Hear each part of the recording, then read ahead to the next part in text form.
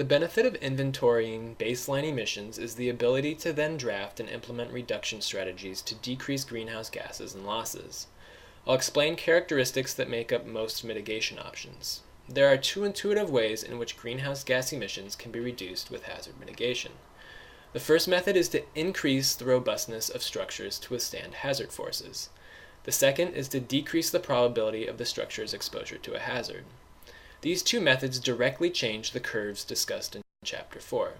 Let's start first with robustness. As you recall, this is a fragility curve of a typical building. If improvements are made, the curve's behavior may change to show that a structure is less likely to experience damage in certain magnitude events. There are a number of ways to make structures more resistant to forces. Some retrofits are extremely simple and relatively cheap. For instance, in areas at risk to hurricanes, the performance of the connection between the roof and the structure is very important to the structure's overall survivability. In the past, some ties have been insufficient.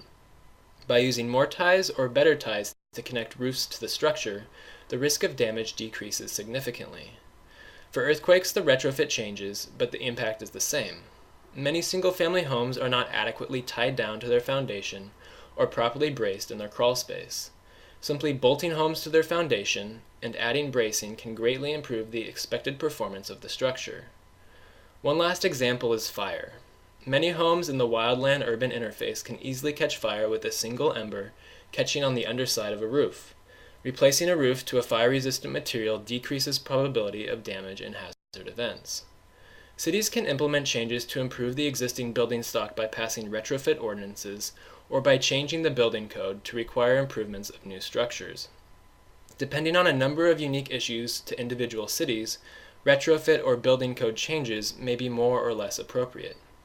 The second method is to decrease the probability of structures' exposure to hazards. This can be accomplished two different ways. I'll explain both using flooding as an example. In normal years, waters along a river or by the coast may not reach above their banks, and having a home or business near might be desirable. But when a large storm arrives, the results can be devastating. A popular method to prevent flooding is to design engineered levees to hold back the waters. The downside is that by decreasing the hazard risk, often areas protected by the feature are developed.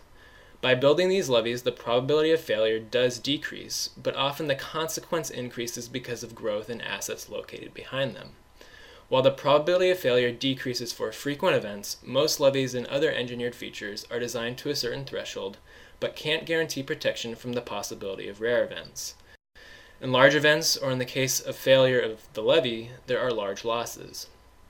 The other method to reduce occurrence is obvious: develop outside high hazard zones.